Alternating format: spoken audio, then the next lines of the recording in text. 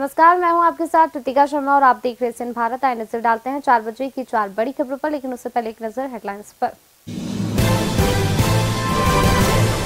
भोपाल में देर रात से लगातार हो रही बारिश, महापौर मालती राय ने कंट्रोल रूम का निरीक्षण किया। शहर में फिलहाल कोई बड़ी जलभराव जैसी स्थिति नहीं, शिकायतों का तत्काल किया जा रहा निराकरण।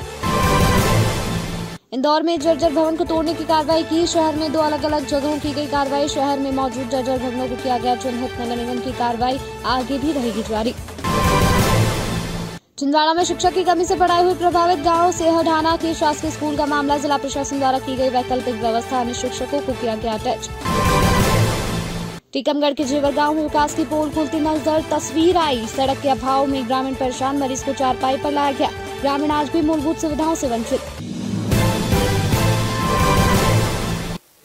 4 बजे की 4 बड़ी खबरों पर विस्तार से चर्चा करेंगे। उससे पहले आपको बता देते हुए 4 बड़ी खबरें कौन सी है।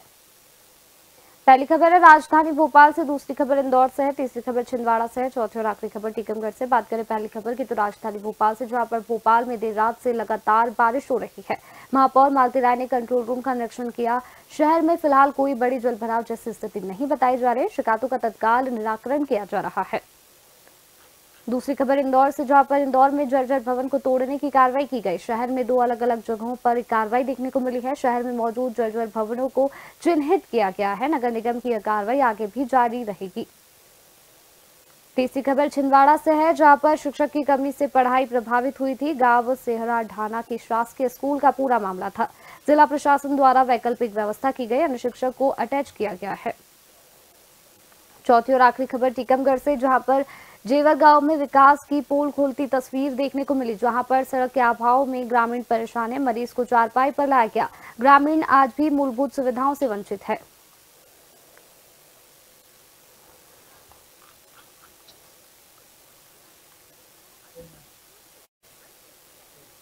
पहली खबर आ रही है राजधानी भोपाल से, जहां मध्य प्रदेश में बारिश का स्ट्रॉन्ग सिस्टम एक्टिव है। प्रदेश के कई जिलों में लगातार बारिश हो रही है। भोपाल महापौर मालती राय ने बताया है कि यहां देर रात से बारिश हो रही है। कंट्रोल रूम में जो भी शिकायतें आ रही है उनका तत्काल निराकरण किया जा रहा है। इस पूरी खबर पर हमारे साथ अधिक जानकारी के लिए हमारे संवाददाता राजधानी भोपाल से आबिद मुमताज जुड़ चुके हैं। आबिद, देखा जा रहा है कि प्रदेश भर में लगातार कई हिस्सों में बारिश देखने को मिल रही है, वहीं राजधानी भोपाल से कैसी क्या तस्वीरें देखने को मिल रही है?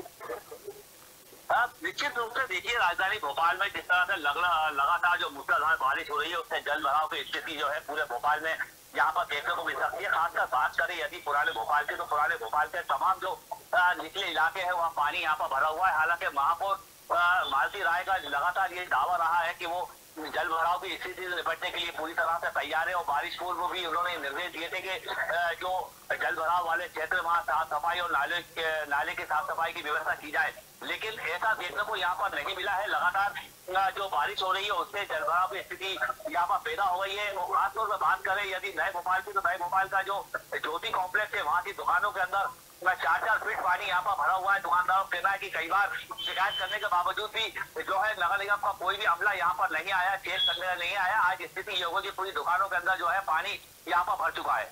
ऋतिका, क्या कुछ व्यवस्थाएं की गई हैं इन सभी, जैसा कि आपने बताया कि जल भराव की स्थिति देखने को मिली है, क्या कुछ व्यवस्थाएं की जा रही है नगर निगम के द्वारा? नहीं, निश्चित रूप से देखिए, समस्याएं बहुत हैं। बहुत ज्यादा लोगों को कठिनाइयों का सामना करना पड़ा है। जब किसी के घर में पानी भरता है या जल भराव की स्थिति यहाँ पर निर्मित होती है, तो निश्चित रूप से जो वहाँ के लोग हैं, स्थानीय लोग हैं, उनको काफी परेशानियों का सामना यहाँ पर करना पड़ता है। यदि बात करें सड़कों की, तो जो सड़कें हैं वो पूरी तरह से उखड़ चुकी है, क्योंकि मेट्रो प्रोजेक्ट का काम भी यहाँ पर चल रहा है, जिसकी वजह से पूरी सड़कें खराब हो गई है। जगह जगह गड्ढे हो गए हैं, गड्ढों में पानी यहाँ पर भरा हुआ है। तो आने जाने वाले लोगों को भी काफी दिक्कतों का यहाँ सामना करना पड़ रहा है। लोगों के घरों में जो पानी भरा है, तो उससे भी लोगों को काफी दिक्कतों का सामना यहाँ करना पड़ रहा है, क्योंकि पुराने भोपाल में निचली जो बस्तियां है वहाँ सबसे ज्यादा भयावह स्थिति यहाँ पर बनी हुई है। सारी समस्याओं को लेकर के महापौर का क्या कुछ कहना रहा? महापौर का ये कहना है कि वो जलभराव की स्थिति का पूरी तरह से जो है यहाँ पर कंट्रोल रूम स्थापित कर दिया गया है। जहाँ भी जलभराव की शिकायत आएगी, वो तत्काल यहाँ से जो रेस्क्यू टीम है उसको रवाना यहाँ पर किया जाएगा। उन्होंने महापौर ने आज कंट्रोल रूम का जायजा भी लिया, अधिकारियों से बातचीत भी करी और कई दिशा निर्देश भी यहाँ पर दिए हैं। जी, और अगर बात करें पूरे एमपी की आबिद, तो एमपी में क्या कुछ तस्वीरें हमें देखने को मिल रही है बारिश को लेकर के? देखिए, तस्वीरों में साफ तौर पर आपने देखा होगा क्या है। फैसला की बात करें, बुरहानपुर की बात करें, जबलपुर की बात करें, इंदौर है, जब इंदौर है तो भोपाल है, तो होशंगाबाद है। तो ऐसे में जो है लगातार मूसलाधार जो बारिश हो रही है, भयावह स्थिति यहाँ पर बनी हुई है। जो तालाबों का जलस्तर है वो लगातार यहाँ पर बढ़ता जा रहा है। राजधानी भोपाल की बात करें तो बड़ा तालाब का जलस्तर जो है वो यहाँ पर बढ़ चुका है। कलिया डैम का जो है एक गेट यहाँ पर खोल दिया गया है। तो निश्चित रूप से आने वाले दिनों के अंदर जो मौसम विभाग कह रहा है कि आने वाले 3 दिन के अंदर और भारी बारिश यहाँ पर हो सकती है, गरज बरस के साथ बारिश होगी, बिजली गिरने की भी संभावना यहाँ पर जताई गई है। यानी कुल मिलाकर ये कहा जा सकता है कि आने वाले 3 दिन के अंदर जो है भयावह स्थिति यहाँ पर मध्य प्रदेश की यहाँ पर होने वाली है। जी, तो आपको बता दें जो खबर आ रही थी राजधानी भोपाल से, जहां पर भोपाल में देर रात से लगातार बारिश हो रही है। महापौर मालती राय ने कंट्रोल रूम का निरीक्षण किया। शहर में फिलहाल कोई बड़ी जलभराव जैसी स्थिति नहीं बताई जा रही है।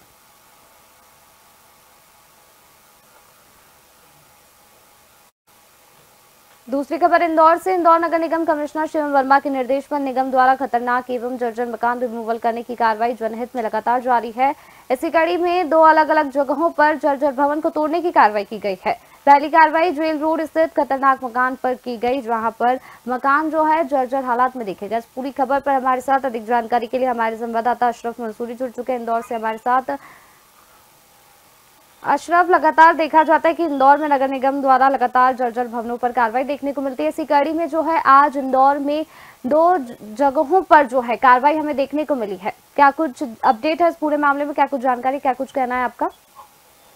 जी बिल्कुल रितिका, हर वर्ष की तरह इंदौर नगर निगम जो है हर साल बारिश के समय या बारिश से पहले ऐसे जर्जर भवनों को चिन्हित करता है जो किसी भी परिस्थिति में टूटने की स्थिति में होते हैं या उनकी जो परिस्थिति देखने में प्रतीत होता है कि वे जो है खतरनाक होते हैं और बारिश के समय और बुरी स्थिति हो जाती है। क्योंकि बारिश का समय रहता है और बारिश के समय जो जर्जर भवन होते हैं उनके गिरने की संभावना ज्यादा रहती है। तो ऐसे में जनहानि न हो, इसको लेकर हर साल जो है नगर निगम द्वारा एक हर जोन वाइज जो है एक लिस्ट बनाई जाती है और जर्जर भवनों को रिमूवल करने की कार्रवाई की जाती है।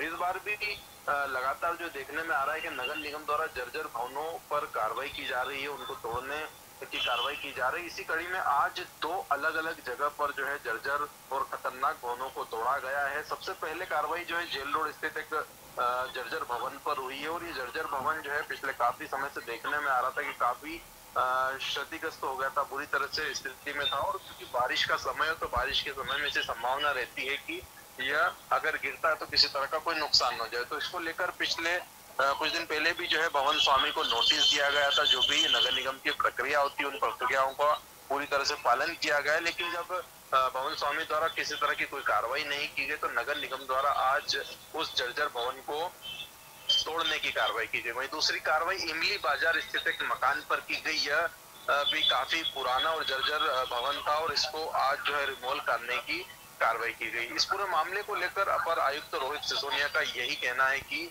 इंदौर शहर में जितने भी जर्जर भवन है उन्हें चिन्हांकित किया गया है। पहले भी कई जर्जर मकानों को तोड़ने की कार्रवाई नगर निगम के द्वारा की गई है।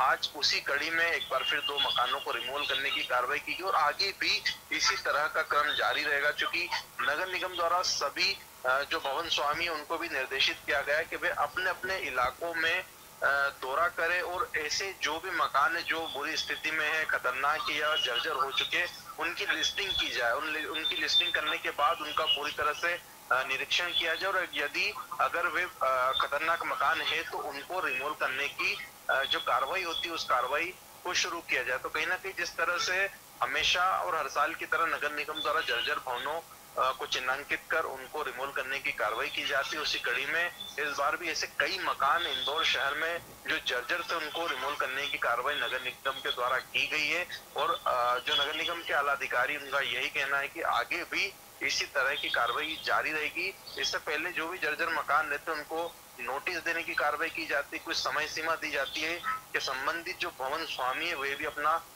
पक्ष रख सके। उन पक्षों को सुनने के बाद जो भी अग्रिम कार्रवाई की जाती है वो नगर निगम के आला अधिकारियों के द्वारा की जा रही है। और चूंकि जन हानि न हो और जानमाल की किसी तरह का कोई नुकसान न हो, इसको मद्देनजर रखते हुए जर्जर भवनों पर रिमूवल करने की कार्रवाई की जाती है। और उसी कड़ी में 2 अलग अलग जगहों पर इसी तरह की कार्रवाई आज नगर निगम द्वारा की गई है। रितिका। जी, तो आपको बता दें जो खबर आ रही थी इंदौर से, जहां पर इंदौर में जर्जर भवन को तोड़ने की कार्रवाई की गई है। शहर में 2 अलग-अलग जगहों पर ये कार्रवाई देखने को मिली। शहर में मौजूद जर्जर भवनों को चिन्हित किया गया और ये कार्रवाई हमें देखने को मिली है।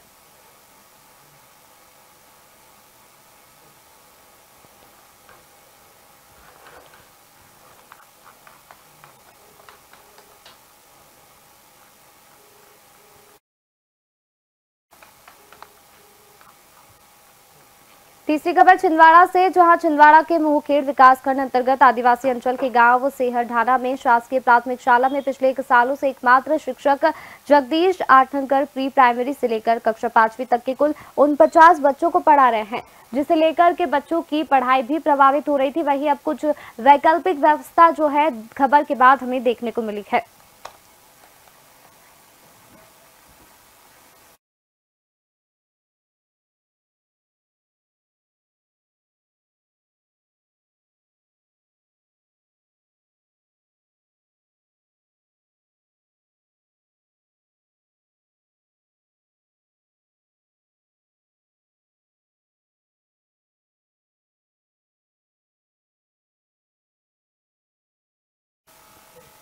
इस पूरी खबर पर हमारे साथ अधिक जानकारी के लिए हमारे संवाददाता छिंदवाड़ा से आशीष मालवीय जुड़ चुके हैं। आशीष, शिक्षक की कमी से जो है बच्चों की पढ़ाई प्रभावित होती दिखाई दे रही थी, वहीं अभी कोई वैकल्पिक व्यवस्था भी हमें, जिस तरह से एशियन भारत के द्वारा प्रमुखता से खबर को उठाया गया था, उसके बाद जिला प्रशासन के द्वारा वैकल्पिक व्यवस्था की गई है, क्या कुछ कहना है आपका? देखिए रितिका, मैं सबसे पहले तो आपको ये बता दूं कि एशियन भारत ने एक प्राथमिकता से एक खबर दिखाई थी मोहखेड़ विकासखंड के सहराढाना शासकीय प्राथमिक शाला की थी, जो इस खबर को प्राथमिकता से एशियन भारत न्यूज चैनल ने दिखाया था, जिसका असर हुआ है रितिका। और एक शिक्षक वहां पर अब अटैच हुए हैं, जो बच्चों के लिए एक अच्छी शिक्षा मिलेगी, क्योंकि वहां पर प्राइमरी से लेकर 8वीं तक जो क्लास थी वहां पर एक ही शिक्षक पढ़ा रहा था। लेकिन जैसे एशियन भारत को इस चीज की खबर लगी, उस चीज को प्राथमिकता से खबर दिखाया, उसके बाद कलेक्टर महोदय ने तत्काल ही संज्ञान में लेते हुए और कहा जाए कि वहां पर एक वैकल्पिक व्यवस्था बनाते हुए एक टीचर की व्यवस्था वहां पर बनाई, जिससे बच्चों को पढ़ाई का फायदा जरूर मिलेगा। जी, वहीं और कुछ व्यवस्था जो कि वहां के विद्यालय में जो है परिजनों के द्वारा की गई शिकायत हो, उसका कोई समाधान देखने को मिला है और कौन कौन सी परेशानियों का सामना करना पड़ता है? देखिए रितिका, मैं आपको बता दूं कि पिछले 1 सालों से एक ही शिक्षक वहां पर पढ़ा रहा था, जिसके कई बार कंप्लेंट शिक्षा विभाग के कई लोगों से, अधिकारियों से की गई कि एक ही शिक्षक वहां पर पढ़ा रहा है। और कहा जाए कि मैं आपको बता दूं जो बच्चे थे 49 बच्चे थे, जिनके बीच में एक शिक्षक हुआ करता था, और एक शिक्षक के बीच में इतने सारे बच्चों की पढ़ाई नहीं हो पाती थी। इसकी शिकायत भी कई बार की गई, लेकिन कोई वैकल्पिक व्यवस्था नहीं बन पा रही थी। लेकिन एशियन भारत ने जब इसकी खबर दिखाई तो तत्काल ही मैं आपको बता दूं कि वहां पर एक टीचर्स की व्यवस्था बनाई गई, और व्यवस्था बनाने के बाद आज से ही एक नया टीचर्स वहां जाना चालू किया, जिससे अब बच्चों की पढ़ाई में कहा जाए कि कोई टोक नहीं होगी और बच्चे अच्छी पढ़ाई करेंगे। तो आपको बता दें जो खबर आ रही थी छिंदवाड़ा से, जहां पर छिंदवाड़ा में शिक्षक की कमी से पढ़ाई प्रभावित हो रही थी। गांव सेहरढाना के शासकीय स्कूल का पूरा मामला है, जहां पर जिला प्रशासन द्वारा अब वैकल्पिक व्यवस्था हमें देखने को मिली है।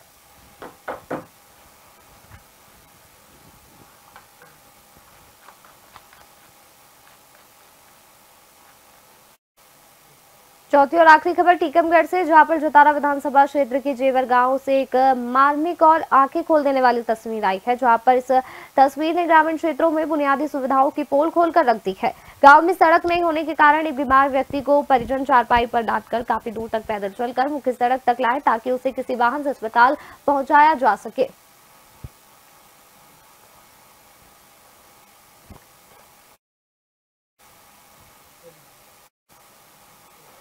हमारे सभी संवाददाताओं का शुक्रिया। तो यह थी 4 बजे की 4 बड़ी खबरें। फिलहाल 4 बजे की 4 बड़ी खबरों में इतना ही। आप देखते रहिए एशियन भारत।